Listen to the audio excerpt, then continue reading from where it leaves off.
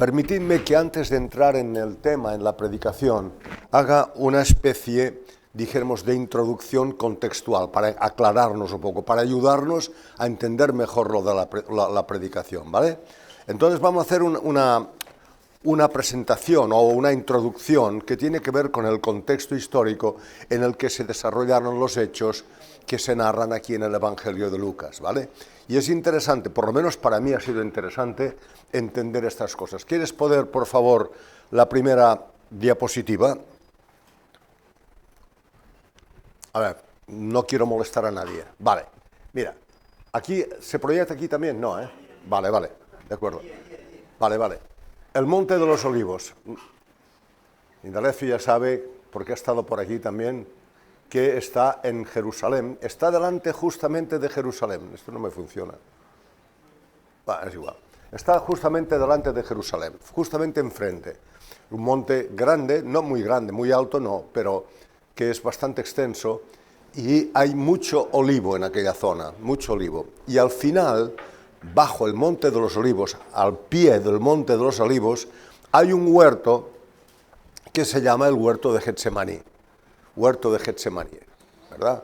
Nosotros los que vivimos aquí en el Mediterráneo sabemos lo que es esto. Nos vamos para Valdemós y vemos una cantidad increíble de olivos milenarios, ¿verdad? O dicen que son milenarios. Para mí es un espectáculo precioso. No tienen tantos en Getsemaní como tenemos nosotros aquí, ¿verdad? En Indalecio no. Es más pequeño. Entonces aquí en Getsemaní, que está situado al pie del Monte de los Olivos, había una prensa de aceite. Por eso Getsemaní quiere decir prensa de aceite. Es una cosa normal que en un lugar donde hay olivos también haya un lugar donde se pueda prensar la aceituna.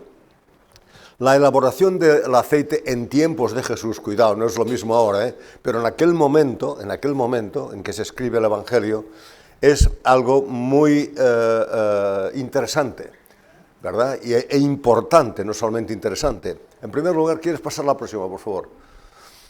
En primer lugar, se cogían las olivas y se aplastaban con una rueda, simplemente aplastar, abrirse. El fruto se tenía que abrir, ¿verdad? Cuando el fruto estaba abierto, puedes pasar la otra. Se ponían, la otra, por favor, la otra. Vale. Se ponían en un lugar, una prensa, y se ponían en una especie de techos de olivas y una especie de esparto, una especie de tela de esparto, algo así, y entonces se ponían por techos, así, grandes. Pues ser la anterior, por favor.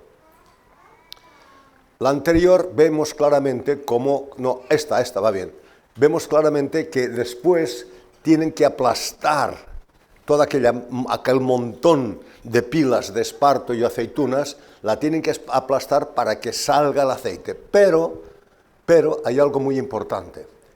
El primer aceite era un aceite que venía no porque lo habían aplastado externamente, no de una presión externa, sino que era de una presión interna. El mismo peso de las aceitunas, de las olivas, hacía que saliese una cantidad de aceite. Luego, cuando acababa de salir por el propio peso, es cuando lo ponían en la prensa y apretaban y iban sacándole todo el jugo.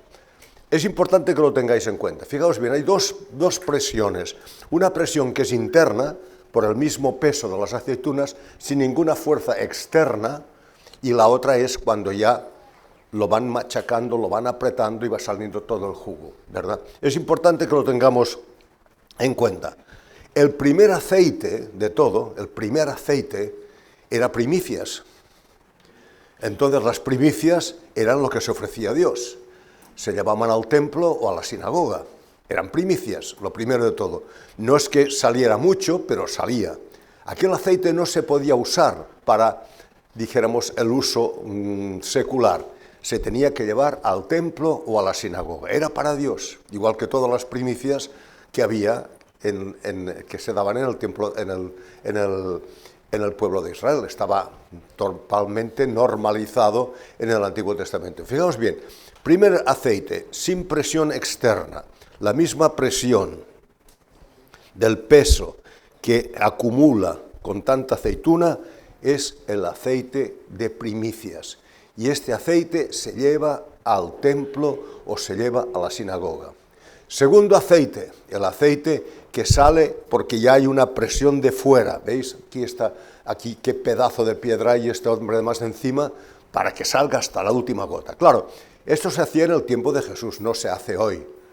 Pero siempre ha tenido, o durante mucho tiempo, era el aceite de primera prensada, parece que era mejor, ¿verdad? Hoy ya no es igual.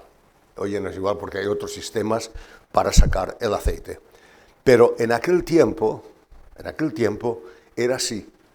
El aceite de primera prensada o sin prensada por el peso de la presión interna era primicias para Dios. El problema es que cuando llega el momento, ahora en que estamos, se nos puede hacer pensar que la primera prensada es mejor que las otras. Ya la cosa ha cambiado totalmente.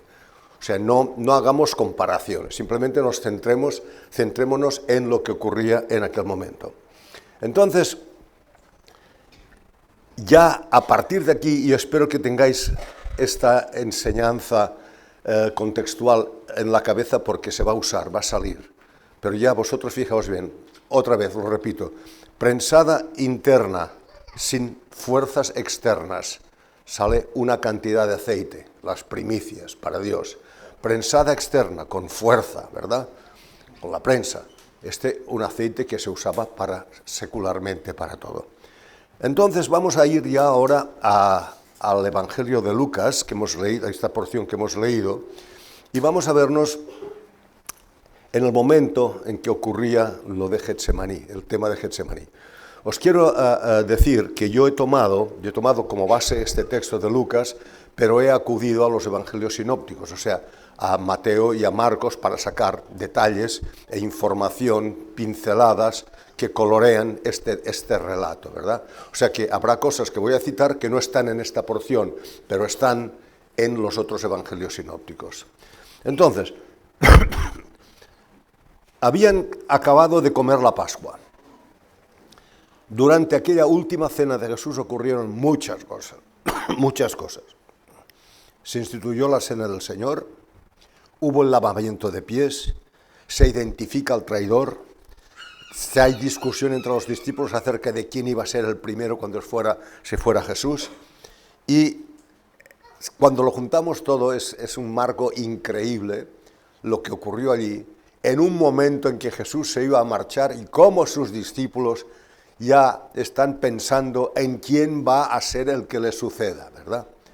Entonces dice que saliendo de la cena, versículo 39, se encaminó como de costumbre. Fíjate bien, no era la primera vez que Jesús iba al monte, a Getsemaní, al monte de los olivos, a orar. Era algo que tenía por costumbre hacer, no era algo nuevo, algo que tenía por costumbre hacer. Salió con sus discípulos y les pide, aquí estoy citando a Marcos, les pide que se sienten en un lugar mientras él ora. Coge al grupo de discípulos, allí ya faltaba uno, ya eran 11, ya no eran 12, Judas ya se había marchado, y coge a sus discípulos y dice, quedaos aquí, esperad un rato mientras yo voy a orar. Pero de estos 11 coge a tres, y se los lleva con él un poco más allá, más hacia, supongo, hacia Getsemaní. Y estos tres que coge, que son Pedro, Jacobo y Juan, son los mismos discípulos que habían presenciado la transfiguración, aquellos que estuvieron con él cuando se transfiguró, ¿verdad? Parece que tenía más confianza con estos, que tenía más relación, que tenía más intimidad con ellos, no lo sé exactamente. Entonces toma a tres de ellos y les dice, esperad, orad para que no entréis en tentación. Y se apartó de ellos como a un tiro de piedra, no sé, cada uno la fuerza que tendrá, pero quizás sean 30, 40 veces, no lo sé. Pero no era muy lejos, pero se aparta, quiere intimidad. Él quiere tener un tiempo de intimidad con el Padre, sabe que lo que le viene va a ser muy fuerte, va a ser muy duro, no solamente el sufrimiento físico que va a tener y psicológico, sino el sufrimiento que le viene de un tiempo de apartamiento. Él que había estado toda la eternidad con el Padre, ahora va a encontrarse en un momento que no va a tener relación y comunión con Él. Pues, ¿por qué me has abandonado? ¿Verdad? Pada, Elohim, Elohim, ¿por qué me has abandonado, verdad? Entonces, es muy interesante que podamos más o menos, ya sé que tiene que ser por revelación, porque esto no lo puede entender nadie, pero sí que podemos tomar algunas palabras que he tomado de los evangelios sinópticos que os he citado. Por ejemplo, Marcos dice que se afligió, se asustó, dice la palabra en el griego, se asustó, estaba asustado, se entristeció gravemente. Y en una de las versiones dice, su alma estaba muy triste hasta la muerte, mi tristeza es tan grande que me siento morir. Estoy hecho polvo, me siento morir, es que ya no puedo más. Fíjate, no sé si esto lo podemos llegar a entender nosotros, porque nosotros no somos Jesús, no hemos vivido aquel momento, pero el Espíritu Santo nos puede revelar quizás algunas pinceladas de lo que estaba ocurriendo allí con Jesús, ¿verdad? Dice también en Marcos que se angustió en gran manera, una aflicción, una congoja, una ansiedad, un temor opresivo de aquellas que se ve que no podía ni respirar, estaba sofocado, tenía una sensación de opresión en el pecho. Esto es lo que nos dicen las palabras, ¿verdad?, en el griego. Ya os repito, hermanos, necesitamos una revelación para poder llegar un poco a este punto. Y entonces dice, una tristeza mortal me ha llenado el alma, que sería así, me estoy muriendo de tristeza, me muero de tristeza. Y entonces Marcos nos dice que se postró, se cayó de rodillas, se postró, cayó, se derrumbó. Lucas nos dice que fue de rodillas, creo que pueden ser algo que tiene que ver con lo mismo, se deja caer de rodillas, ¿verdad? Se postra, ¿verdad? Se humilla, se pone al nivel de la tierra. Y esta postura física, hermanos, es una postura que indica adoración. Sabéis que la postura de alabanza es esta, con los brazos levantados, ¿verdad? Pero la postura tumbado en el suelo, tirado en el suelo, al mismo nivel que la tierra, implica humildad y adoración. Porque Jesús es humano y está teniendo un sufrimiento humano. Es Dios y toma la condición de hombre para poder morir y salvarnos, hermanos. Si no hubiera tomado la condición de hombre, no hubiera podido morir. Pero tiene que humillarse de tal manera, ¿verdad?, que pueda morir. Está totalmente hecho polvo. Yo no puedo entender esto, os lo repito, hermanos. La profundidad de esto solamente puede ser dada por el Espíritu Santo en revelación. Yo no he tenido esta revelación. Pero fíjate qué interesante. En el latín, la palabra humus significa tierra. Por eso dicen, han inhumado un cadáver, lo han puesto dentro de la tierra. O han exhumado un cadáver, quizás para hacerle algunas pruebas, lo han sacado de la tierra. Pero es interesante ver que esta raíz la raíz de humus es la misma raíz que tiene humano. Humano, alguien que proviene de la tierra. Jesús se hace a nivel humano, alguien que proviene de la tierra, igual que Adán y Eva, la creación de la humanidad fue sacada de la tierra. Jesús se postra al mismo nivel de la tierra, es humano. Pero es que también es interesante ver que de la misma raíz en el latín de humano está la palabra humilde. Humilde. Y dice la palabra que la verdadera humildad solamente la ha tenido Jesús. Porque el hombre no es humilde, el ser humano no es humilde. El ser humano lo que produce es orgullo, es soberbia, es pelea, es luchar para que se note, buscando la propia gloria. Hoy cantábamos que la gloria sea para el Señor. Hermano, ¿cuánto cuesta esto? Si no es por una obra del Espíritu Santo, hermanos, nuestra tendencia es a glorificarnos a nosotros mismos. Es una tendencia natural. Igual que la serpiente de cascabel pica, porque es una serpiente de cascabel, por eso pica, es su naturaleza. Nuestra naturaleza es a darnos la gloria a nosotros mismos, pero Jesús aquí se humilla, se pone a nivel de la tierra y allí se postra y adora a Dios. ¿Y cómo lo hace? ¿Cómo se dirige a Dios? Diciendo, Abba, Padre, Abba, Padre. Esto nos da la pincelada Marcos. Abba, que Abba es la palabra formada por los labios de un bebé, lo primero que hace, ¿no? Un niño de pecho, ¿no? Ba, ba, ba, ba, ba, ba, ba. Es una palabra que en arameo significa un infante, procede de un infante pequeño de pecho que va al papá, ¿verdad? Y le habla como alguien que está muy vinculado a él, sabiendo que papá le va a pasar por alto algunas cosas, sabiendo que papá le va a pasar por alto algunas travesuras, ¿verdad? Está vinculado al papá. Pero es que cuando dice padre, aquí la palabra no es hebrea, no es aramea, es griega, y está dando por sentado que hay un hombre, un pater familia, uno que tiene toda la autoridad, que es verdad que hay buena relación, una relación infantil, una relación de hijo, bebé, de un niño, pero cuidado, no te pases. Él es la autoridad, Él es el padre familia, el pater familias. Por tanto, una cosa es Abba y otra cosa es padre. Y esto, hermano, se junta todo y nos enseña cómo Jesús, tener una relación filial con el Padre profundísima, también le considera como el Rey, como Dios, como el que tiene la última palabra, como el que tiene la voluntad final. Es muy interesante esto, hermanos. Pero fíjate una cosa, que estas mismas palabras, Abba Padre, son las que dicen Gálatas que el Espíritu Santo dentro de nosotros también está clamando, Abba, Padre. Quizás no somos conscientes de esto, quizás no lo vemos claro, pero es una realidad espiritual en la que tenemos que creer, que se presenta, Padre, Abba, Padre, mira, ya ves, otra vez este chico se la ha pegado, otra vez ha metido la pata, otra vez se ha equivocado, pero Padre, tú eres bueno, tú eres misericordioso, tú nos amas, tú le amas, pero cuidado, Padre, hágase tu voluntad. Cuando se puede unir esto, podemos entender que sí, que papá es un papá amoroso, que nos perdona un montón de cosas, que su misericordia es para siempre, pero cuidado, no nos pasemos. Él es el Padre, es la autoridad. No podemos jugar con esto. Y estas son las palabras con las que se dirige Jesús al Padre. Y entonces la oración, dice aquí el versículo 42, diciendo, Padre, si es tu voluntad, aparta de mí esta copa. Está pidiendo, está rogando. ¿Qué es lo que está pidiendo? Algo que se lo veía venir lo que iba a ocurrir, el sufrimiento, como he dicho antes, de a todos los niveles.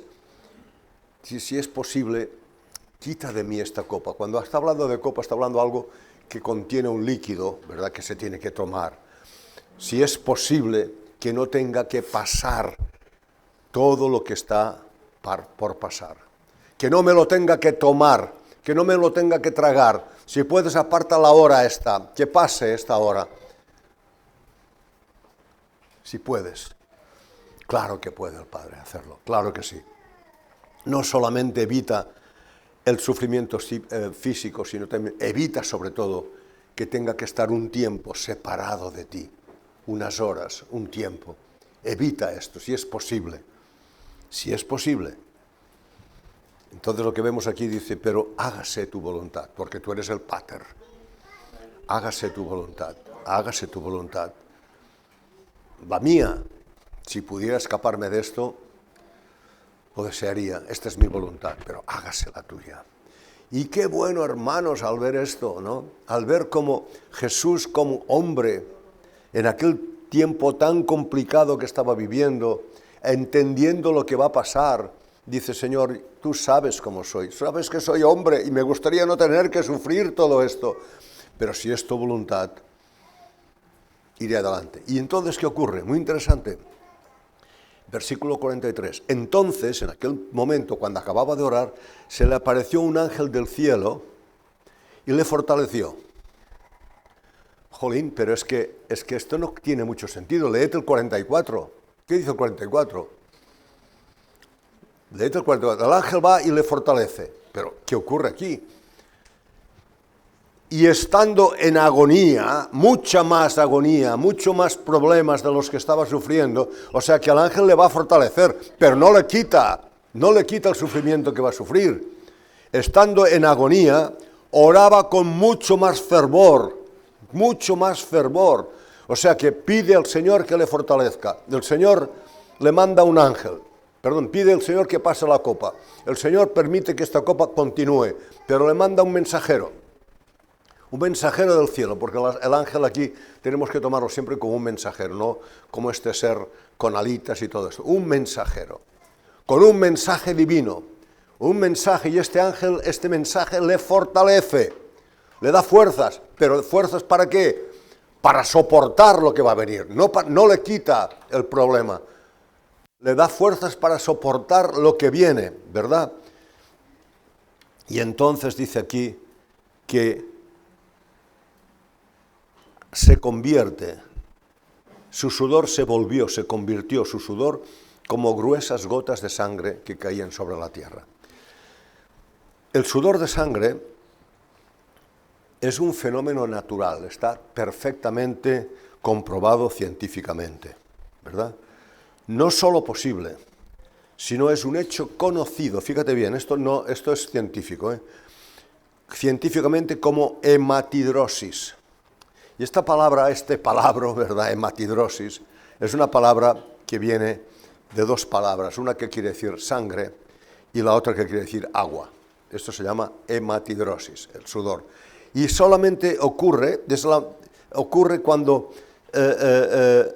hay una tensión, un estrés tan grande dentro de una persona que esta persona, con este estrés rompe los capilares y la sangre se mezcla con el agua y sale a través del sudor. Es científico, lo podéis buscar vosotros mismos, ¿verdad? Y es muy interesante.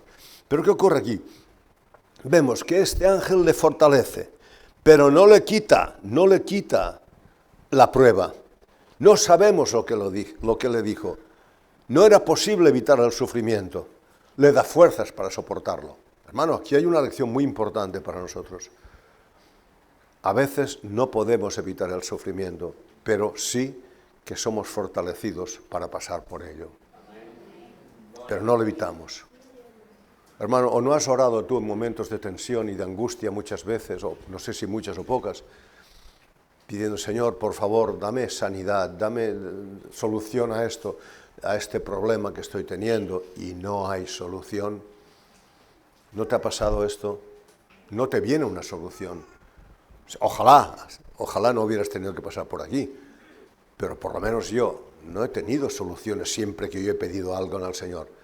Pero hay una cosa, sí que los hijos de Dios, aquellos que hemos tenido una experiencia personal con Cristo, no los religiosos, no, los que han tenido una experiencia personal con Cristo de nuevo nacimiento, en los momentos de angustia y de tensión y de sufrimiento, recibimos fuerzas para soportarlo.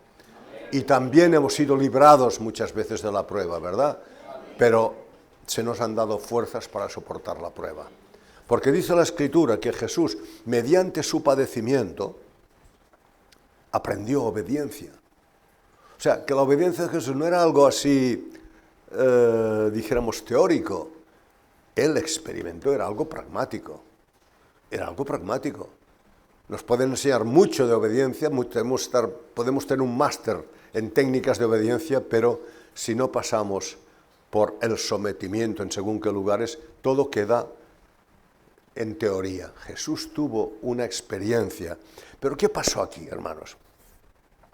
Yo creo que el mensaje del ángel no nos dice aquí en los evangelios lo que hay, lo que fue, lo que se dijo, pero sí que en el contexto bíblico del Nuevo Testamento, en Hebreos 12:2, os voy a leer para que no tengáis que buscar, dice: Jesús, por el gozo puesto delante de él, soportó la cruz menospreciando la vergüenza.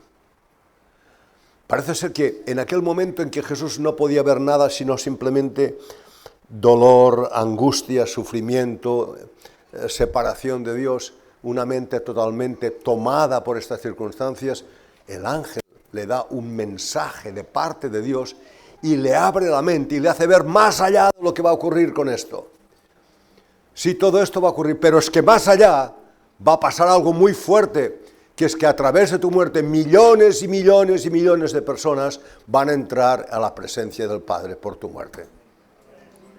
Y entonces Jesús, y el Señor me perdone si soy atrevido y digo cosas que no me gustaría, intento no hacerlo, pero se puede decir alguna cosa.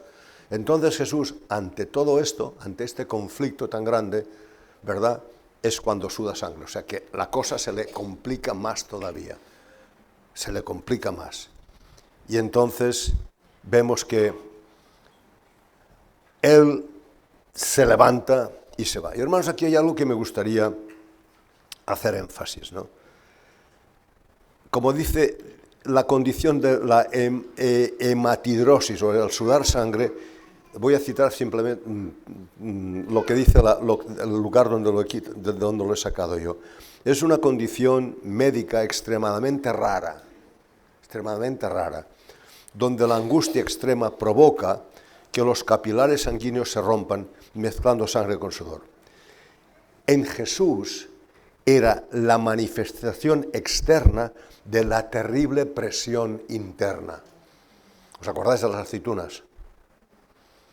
La presión interna de la terrible, ¿verdad?, situación, la expresión externa de la terrible situación interna que llevaba. ¿Y qué ocurre aquí? Sale sangre mezclada con agua. Y estos son las primicias. Esto es lo que entrega Jesús a Dios. No ha habido una presión externa, viene más tarde, cuando le clavan en la cruz, le golpean, le azotan. Esto es una sangre que sale, pero porque ha habido una actuación externa. Pero esta actuación interna, esta angustia tan grande que hace que se rompan los capilares, la primera sangre es las primicias para Dios. Hermano, es increíble estas cosas. Yo es que cuando voy profundizando en la palabra, ¿verdad?, como decía Indalecio, cuanto más profundizamos nos damos cuenta que menos sabemos de la palabra, ¿verdad? Pero es increíble esto, hermanos. Es tremendo. Y entonces, el primer aceite, la primera sangre, es la primicia para dársela a Dios. Pero en la cruz, la sangre se derramaría por presión externa, por todo lo que os he dicho, con los clavos, el azote, la lanza que le atraviesa el costado. Y esta segunda sangre es entregada por la redención de los pecados de la humanidad, como pago por los pecados de la humanidad. La primera es entregada a Dios como las primicias, pero la segunda es entregada para pagar por nuestros pecados, hermanos. Y dice, Señor, mira, esta es la copa que traigo, aquí está mi sangre, y con esta sangre redimo, pago los pecados de la humanidad. Y todo aquel que Él crea, que Él acepte este trabajo que he hecho, este sacrificio que he hecho, será salvo. Increíble, hermanos, es increíble esto. Yo me quedo alucinado con estas cosas, ¿verdad? Es tremendo. Y entonces, hermano, yo veo que, lo dice Pedro esto, ¿no? La 1 Pedro 1:19, que no compró nuestra vida, nuestra redención con oro, ni platas, ni piedras preciosas, sino con su sangre. La sangre que salió cuando le clavaron en la cruz, externa, lo que venía de fuera hacia Él. Y esto es la obra de Jesús. Ojalá el Espíritu Santo nos pueda revelar un poco, por lo menos a mí, de esta realidad eterna que ocurrió en el monte, en Getsemaní y en el monte Calvario. Hermanos, yo pienso, bueno, estoy convencido, porque todos somos hechos de la misma pasta, que todo creyente tiene sus propios Getsemanís, pero con G minúscula, ni mucho menos comparable con lo que le ocurrió a Jesús, pero que sí que tenemos tiempos en nuestras vidas donde las cosas parece que nos están oprimiendo de tal manera. Una presión interna muchas veces, luchas entre la carne y el espíritu, tentaciones que tenemos, ¿verdad? Enfermedades, incoherencias, ¿verdad? Dudas, sentimientos negativos, todos estos lo llevamos dentro, por lo menos yo. Hay momentos, hermanos, en que nos sentimos agobiados por nuestras propias, dijéramos, debilidades, y tenemos lucha, y a veces no vemos nada, lo vemos todo oscuro, a veces incluso perdemos la visión de que hemos sido salvos, hermanos, sí. Jesús la perdió, la visión, porque Él era humano, hermano, pero Él sufrió muchísimo más de lo que podemos sufrir nosotros. Hermano, no sé si te has encontrado en esta situación, pero es una situación humana, hermanos. Yo, en este tiempo que he vivido, que estaba entre la vida y la muerte, hermanos, yo no tenía fe. Os lo digo de verdad, hermanos, diréis, bueno, no tenía fe. No tenía fe. Pero independientemente, Él era el fiel. Si me iba con el Señor, me hubiera gustado irme, porque estaba muriendo muy tranquilo, muy calentito, allí solito, y no tenía fe, pero Él hizo su plan. Él hizo su plan, porque va más allá de lo que yo sienta o de lo que yo no sienta, hermanos. Él hace su voluntad. Y si tengo que pasar la copa, la pasaré. Y si no la tengo que pasar, no la pasaré. Pero hágase tu voluntad. Es increíble esto, ¿verdad? No, por favor. Por favor. No, hermanos. No me quiero ensalzar, hermanos. Yo soy un hombre con muchos problemas y muchas dudas a veces, ¿verdad? Pero después de 56 años, como estábamos diciendo antes con Indalecio, hay un momento que te vuelves la vista para atrás y, como decía Machado, miras la vista atrás y dices, he corrido un camino, ya lo he corrido, hasta aquí he llegado, ¿verdad? Y vuelves la vista atrás. Es importante volver la vista atrás, hermanos, porque hemos tenido experiencias en nuestra vida, experiencias que son nuestras, que nadie nos los puede robar, y a veces con el vaivén y las oleadas que nos aprietan, perdemos un poco la visión, pero es bueno volver, como dice la palabra, plantaos en vuestros caminos, mirad atrás y ved a ver qué pasa. Y hermano, estoy seguro que en una ocasión como esta, que no tenemos luz, a veces nos viene un mensajero, pero no un mensajero con un ruido, un batir de alas que se presenta allí, un hermanito de la iglesia, que no está viviendo esta situación que vivimos nosotros, pero que ve, porque a veces el árbol nos impide ver el bosque. Y este hermanito dice, hermano, pero sí, ya lo sé, pero acuérdate, cuando pasaste aquel momento con acuérdate que el Señor hizo esto contigo. Necesitamos la comunión de los hermanos para podernos aliviar de estas cargas tan fuertes, para podernos animar. Necesitamos esto, hermanos, porque hay puntos, por lo menos yo, que no tenemos ni idea de dónde estamos. Es mi realidad, hermanos. Yo no digo que sea a nivel de todo el mundo. Y entonces, hermanos, vemos que hay una presión externa en nosotros también. Hay la interna, como he dicho yo, pero la externa, hermanos, mira, estamos viviendo en un mundo que está gobernado, al final de todo, de la pirámide por Satanás. El sistema en que vivimos, el status quo, el sistema en que vivimos, hermanos, no nos ayuda en nuestra forma de vivir la vida de Dios. No nos ayuda. Hay presión, hermanos. Hay presión en el colegio, hay presión en los negocios, hay presión en la política, hay presión en todas partes. Todo nos está apretando, añadido a la presión interna que tenemos. Y luego tenemos que contar que hay un mundo espiritual de maldad en las tinieblas que está también actuando, hermanos. No debemos olvidar todo esto. Esto se llama ser coherente, tener una visión clara. Tener una visión clara. Y hermano, ante todo esto que se acumula, que es para quitarnos en medio, por lo menos apagar nuestra fe, está el Espíritu Santo con un mensaje que a veces no oímos, que a veces necesitamos a alguien que nos ayude a escucharlo. Pero está allí. Querido hermano, ¿has sentido alguna vez la voz de este mensajero cuando estabas en un momento que no sabías ni por dónde tirar, donde todo eran dudas? donde todo eran presiones, donde todo eran voces que negaban muchas cosas de la realidad espiritual que tú has tenido en Cristo Jesús. Todos pasamos por nuestros Getsemanís, todos, donde experimentamos la tristeza, experimentamos la depresión, todos, hermanos, estoy convencido, de una manera u otra, todos. Ahora bien, el tema está en cómo los manejamos.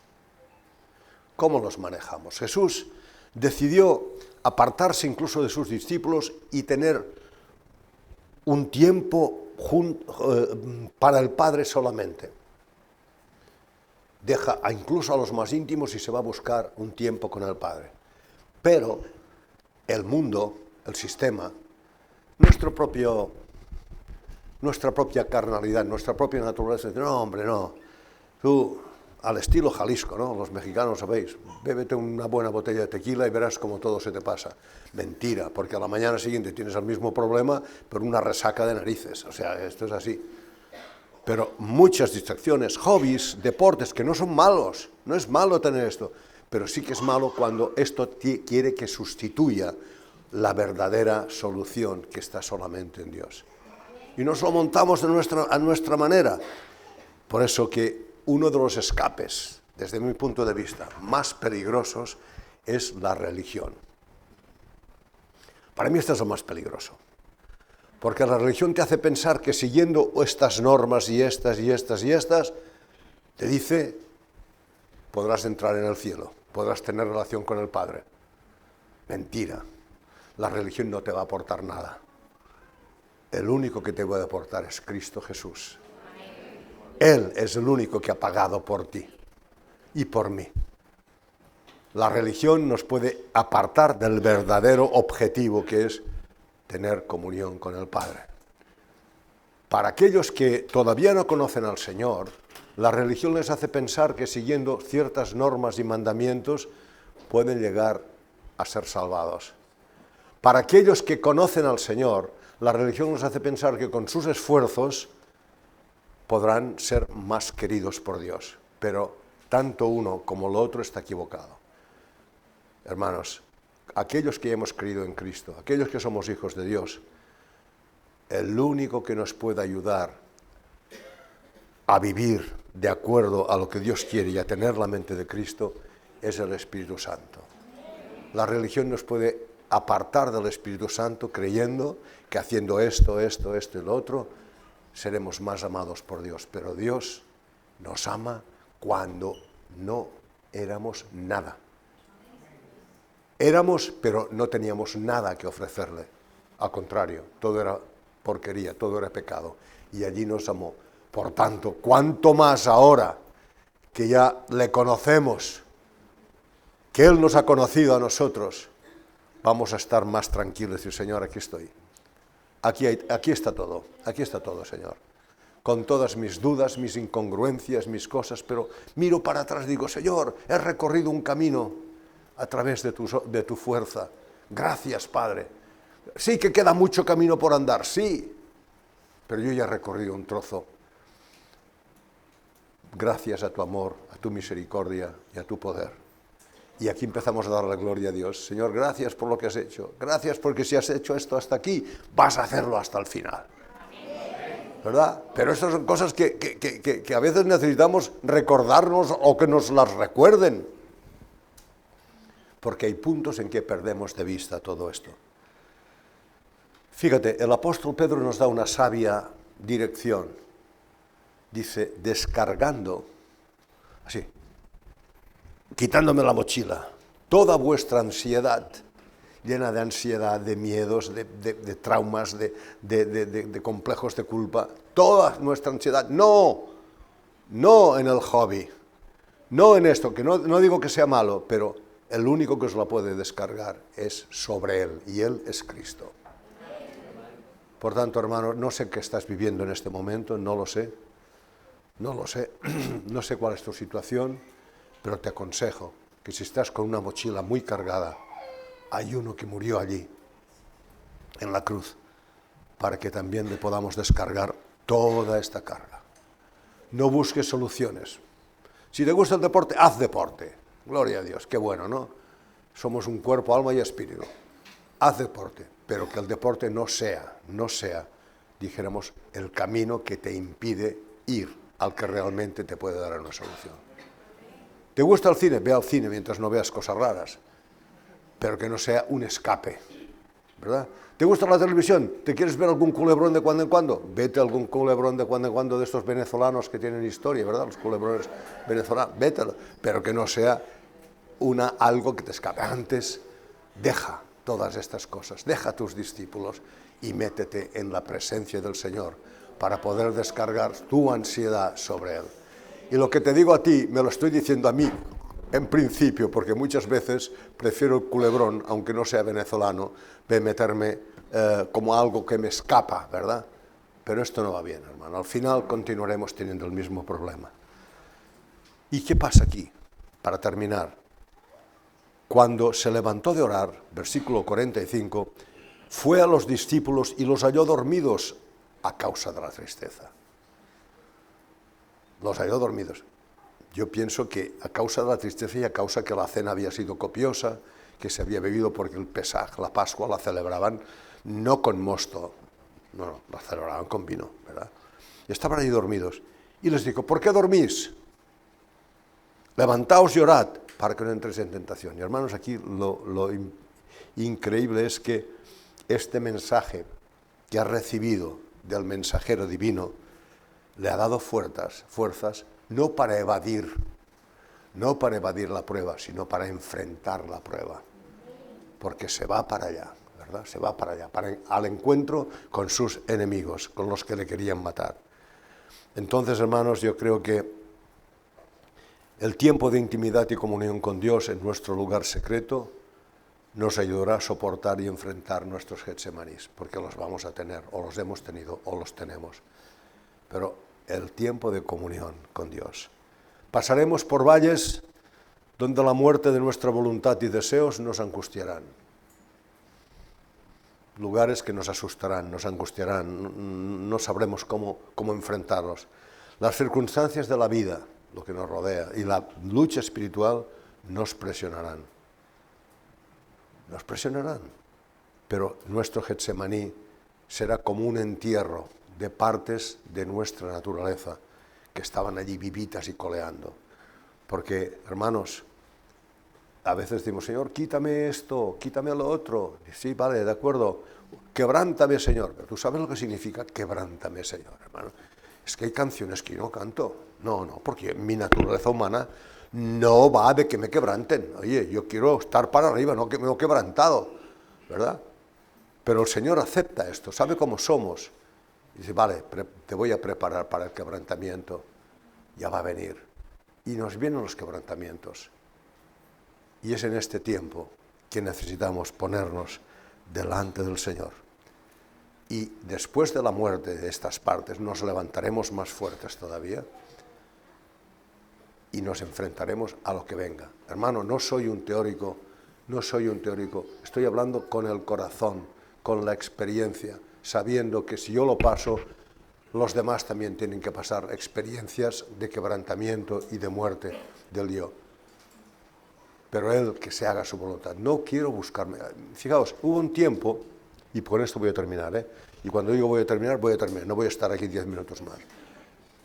Hubo un tiempo en que los cristianos, muchos cristianos, buscaron buscaron el ser martirizados. Hubo las persecuciones, César cogió a cristianos, los persiguió, los mató, los echó en el circo, a las fieras, y otros no eran llamados, no eran buscados, pero muchos de ellos creyeron que se tenían que hacer mártires, y buscaron el martirio, buscaron el ser crucificados, buscaron el ser matados, porque pensaban que esto les daría puntos delante del Señor, delante de Dios.